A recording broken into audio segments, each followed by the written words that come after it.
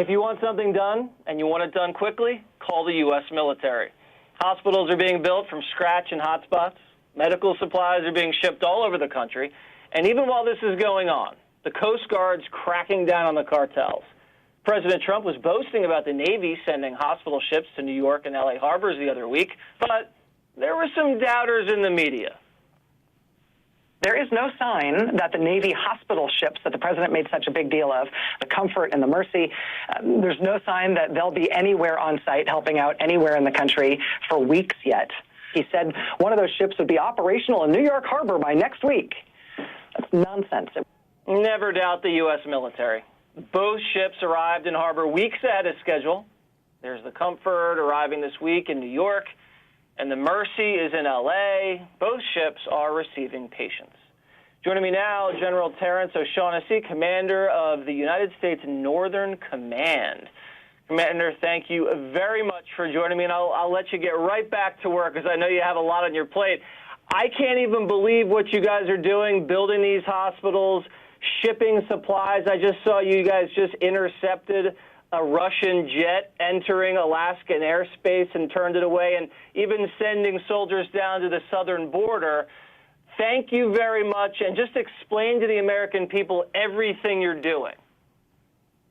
Well, thanks, Jesse. Really appreciate the opportunity to highlight the things that the U.S. Northern Command and really our entire Department of Defense are doing. And you started just right, where our first objective is to defend our homeland. And so we make sure that we have the force that we need 100% of the time, 24/7, 365, even while we're in this virus. We make sure that we are ready, postured to prepare to respond to anything. We have that done. We're ready to go. And at the same time, we're providing support all across the nation because our nation needs us. This is a whole-of-nation approach, whole-of-America approach. We're part of it. We got, as you mentioned, we got the hospital ships. We got Army Expeditionary Hospitals that are built up in the Javits Center in New York City. We're doing the same thing in Seattle. We're bringing stuff down to New Orleans, to Dallas, and we're postured to bring even more. We are part of this fight. Our Commander-in-Chief has declared a war on COVID, and we're treating this like a large military campaign. I know you guys plan for everything, but did you guys war game this thing out, or is this just on the fly? Well, I'll tell you what, Jesse, America wants us planning for the worst things, and that's exactly what we're doing. And we've been part of this all the way since the president made that incredibly important decision to restrict the flights from China. And we are part of bringing the American citizens home and quarantining them in some of our military bases. And then some of the folks that were on those cruise liners, we were able to house them because American citizens needed us. So we're trying to stay one step ahead of this. We're doing the plan, and we're making sure we're going to be there when our nation needs us.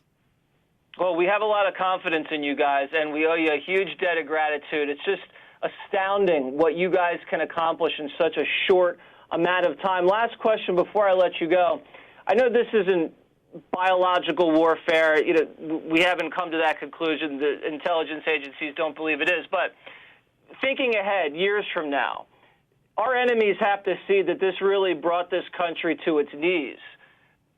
Are we prepared for our enemies to put together a biological agent that you can easily sneak into the country just through humans?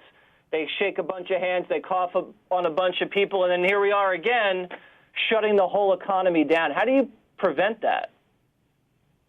Well, I think, Jesse, you certainly hit an important point. And I think as horrific as this is going to help America prepare for the future. The whole of America approach is exactly the approach, and we haven't seen this since World War II, the way America is pulling together, whether it's the private-public partnerships, whether it's the interagency pulling together, whether it's the U.S. military contributing right here at home. America always, they stand up. When it's needed, America will pull together, and it will do this, whether that's something to get after the COVID-19 or something that comes at us in the future.